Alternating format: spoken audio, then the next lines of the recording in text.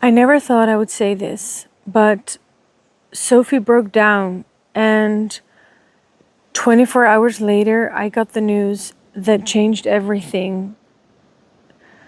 And this might be the end of Vanlife for us. Last week, after we had celebrated Bobby's 13th birthday, we made our way to South Holland to hang out with my parents for my mother's birthday party. We hadn't been on the road with Sophie in a while, and I was pleased to find that she was doing really good. The ride went smooth, and I was saying goodbye to the beautiful trees that I've come accustomed to over time. Slowly, the scenery started to change, and as we were driving into the sunset, the road started to get longer and wider, until we eventually got to an area of the Netherlands where there are more buildings than trees around.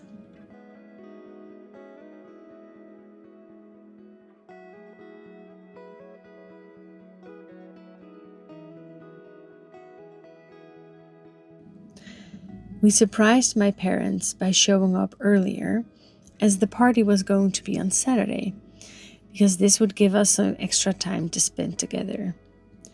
That's the beauty of van life. I can take my sweet home everywhere with me, wherever I go. I didn't drive much when I was there, as I was boondocking in my parents' street. But as I was getting ready to drive to the restaurant on Saturday, I noticed Sophie had some trouble when starting the engine. After our wonderful birthday dinner, I got back into the van, and I noticed it took me 4 tries before Sophie's engine would turn on. Because she did start eventually and everything sounded good, I decided to drive to a friend's farm to stay there overnight. But as I was driving there, I noticed her engine was losing power. I decided to turn back around and drive to my parents' house to check everything out with my dad.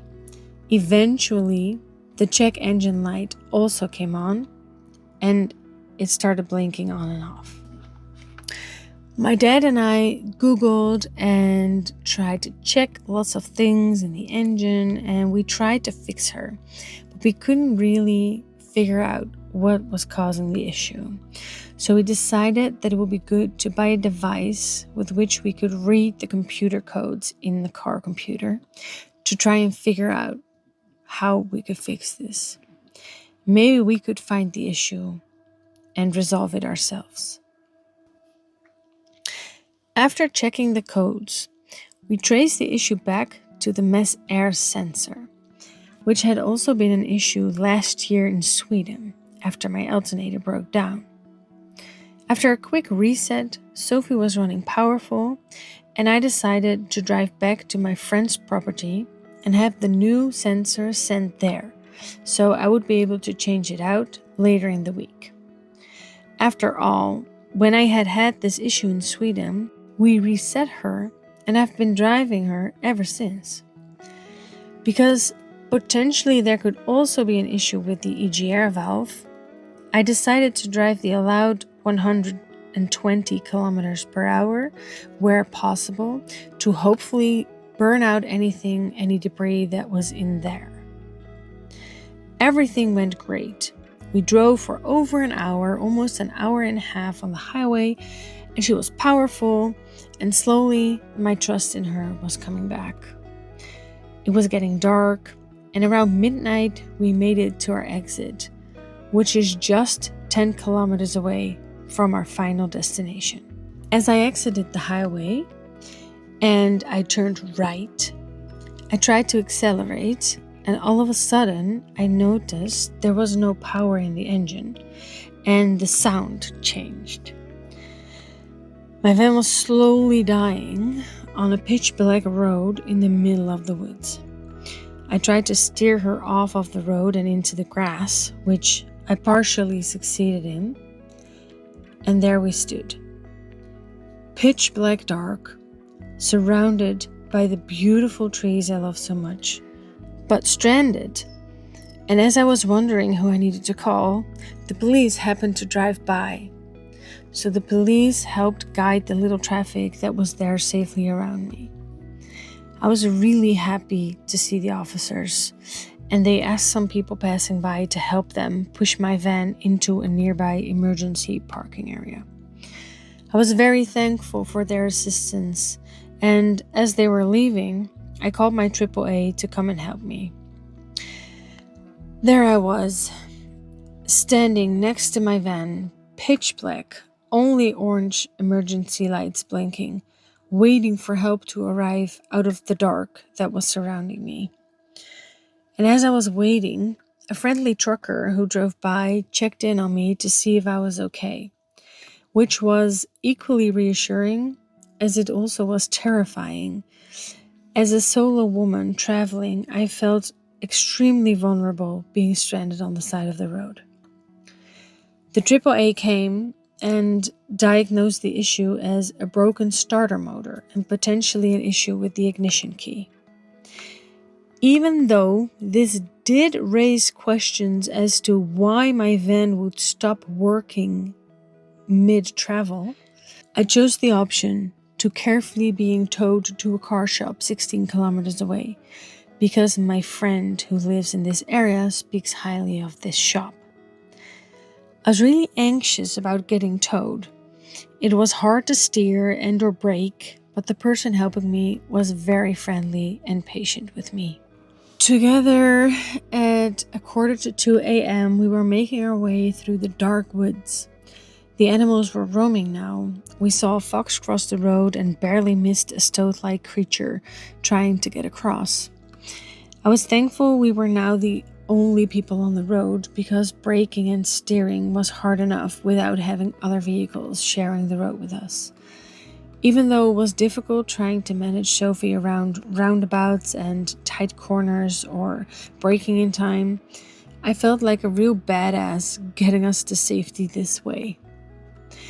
We made it to the workshop safely, but because we could only move forward, we parked Sophie somewhat on the entrance, and this gave me an unsettling feeling.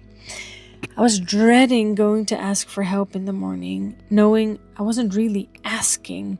It felt more like demanding, making my problem their problem, because there was no way for me to move her. At 3:30 a.m., with my body filled with adrenaline, I tried to go to sleep. And at 6:45, I got awoken by truck drivers that were one by one going about their workday. At 7:45, the doors to the shop opened, and with my shoes filled with dread, I made my way to ask for their help. While I was stumbling over my words and apologizing in advance, I was greeted with such heartwarming kindness. They were very understanding of my situation, and even though they were extremely busy this holiday season, they promised to do everything in their power to try and help me out. I went back to the van and I patiently waited all morning, with them regularly checking in on me, asking if I might need some tea or coffee, or if I needed water for my pups. After calling other local shops to see if they would have time to help me and trying to fit me into their schedule, they eventually asked their retired brother to come around and help me. He was as friendly as they were. He was telling me all about his kids and grandkids, and together we were unscrewing the start motor and checking other parts around it for damage. Together we got the new start motor installed, and the time had now come to test and see if I could be on my merry way again. I was really getting my hopes up and very excited to be on the way. As they were trying to start the van, the sound had not changed. The start motor was turning, but nothing happened. They started checking other things again, and they started calling around. And eventually, a person working at Mercedes told them that he had seen this once or twice, this issue, and it could potentially be a broken crankshaft. Together, we unscrewed the start motor again, and checked to see if turning the starter ring gear would make the starter pulley turn. I was helping him, still unaware of what was happening, maybe blissfully unaware at this point, trying to help him turn this pulley. Unfortunately, nothing happened, and I could instantly see their faces drop, and them looking at me with dreadful eyes. They told me the words, "Your crankshaft is broken." And I could see on their faces that this was not a good thing. This was a really bad thing. But I didn't know what this was. So I replied, "I can tell that this is bad, but I don't know what this means." And this is when they explained to me that the crankshaft is a very big metal part in the middle of the engine that sets everything in motion. And with this piece being broken, this basically means Sophie's engine is done for. It's died. It's died completely. And there was nothing they could do for me at this point. Together, we closed her up, put the old broken starter motor back in, as I now face this big decision. Will I invest thousands of euros in trying to fix up Sophie, or do I build out another van? Or is this maybe the end of Vanlife altogether for us? I never thought I would be in this situation. And as these loving and caring people that tried to do everything to help me were towing me back to Guus's property, my heart shattered. My sweet van Sophie, who has been our comfortable home for the last 4.5 years, who has brought us to so many beautiful places, who has kept us safe for so many nights. I'm not ready to say goodbye yet. I had so many more plans for us in store. I was going to restore her once I would have my own property in Sweden, and I don't want to say goodbye yet. She's my home.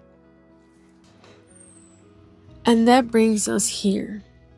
We are back at the spot we have been for the last months. Safe. Here I have some time to figure out what I want to do, what the best plan of action is, and how I see our future going forward.